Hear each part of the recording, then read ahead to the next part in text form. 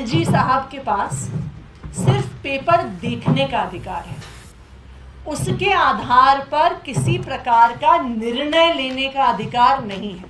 तो पेपर मंगवाएं, देखें और देखकर वापस भेज दें।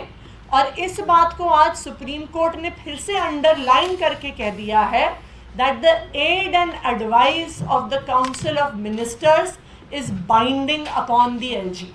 तो ये बिल्कुल स्पष्ट कर देता है कि लैंड, लॉ एंड ऑर्डर और पुलिस को छोड़कर हर मैटर पर दिल्ली की चुनी हुई सरकार के निर्णय माननीय लेफ्टिनेंट गवर्नर साहब पर मानने की बाध्यता है। ये ब्यूरोक्रेसी से नहीं चलता देश, डेमोक्रेसी से चलता है देश।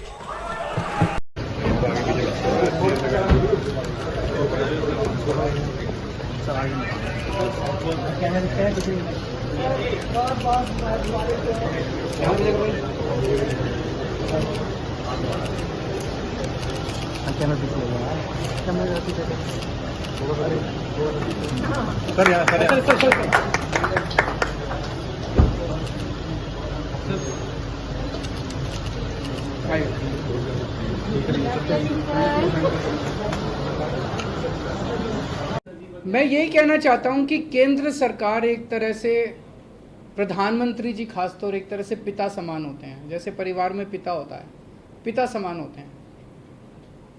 पिता की जिम्मेदारी होती है कि सारे बच्चों को अच्छे से उनका पालन पोषण करें।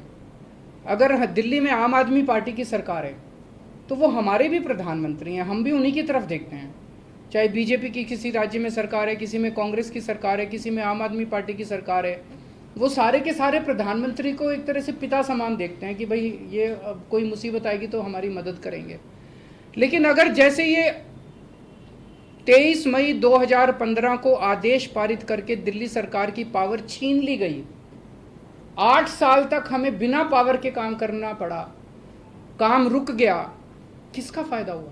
आज सुप्रीम कोर्ट ने साबित कर दिया कि ये गलत था, ये ऑर्डर बिल्कुल गैर संवैधानिक ऑर्डर था। जितनी सख्त लैंग्वेज के अंदर सुप्रीम कोर्ट ने बोला है उससे ये साफ जाहिर है कि ये ऑर्डर केंद्र सरकार का बिल्कुल गलत था।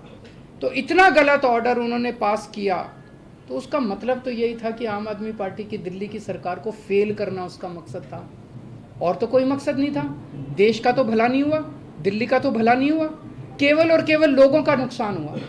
ये नहीं करना चाहिए। चुनाव में लड़ते हैं, राजनीति कर लो, चुनाव में एक दूसरे को जो बोलना है बोल लो, लेकिन चुनाव खत्म होने के बाद चाहे कोई बीजेपी की सरकार है, चाहे कांग्रेस की सरकार है, आम आदमी पार्टी की, हम सबको मिलकर काम करना चाहिए।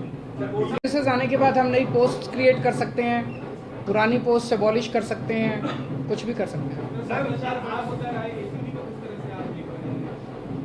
एसीबी अभी चुनी हुई सरकार के पास नहीं है, लेकिन विजिलेंस अब आ गया है। तो जो लोग अगर गलत काम करेंगे, भ्रष्टाचार करेंगे, कानून के हिसाब से काम नहीं करेंगे, उनके ऊपर विजिलेंस की कार्रवाई, डिसिप्लिनरी प्रोसीडिंग्स, बहुत सारे काम हैं जो पिछले कई सालों में अटके। पिछले 1 साल के अंदर तो आपने देखा कि किस तरह से पिछले साल लास्ट के महीने नवंबर तक आते आते मोहल्ला क्लिनिक के अंदर लैब टेस्ट्स बंद हो गए थे, दवाइयाँ बंद हो गई थी। जल बोर्ड जो है, बजट असेंबली ने बजट पास कर दिया, लेकिन कुछ ऑफिसर जो हैं वो बजट रिलीज़ नहीं कर रहे थे।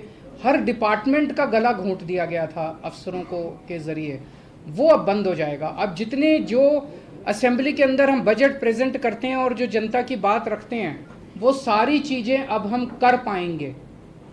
कोई भी सपना साकार करने के लिए सबसे जरूरी है सही कोच का होना। चुनिए एग्जाम प्लस को और करें अपने SSC UP पुलिस का सपना साकार।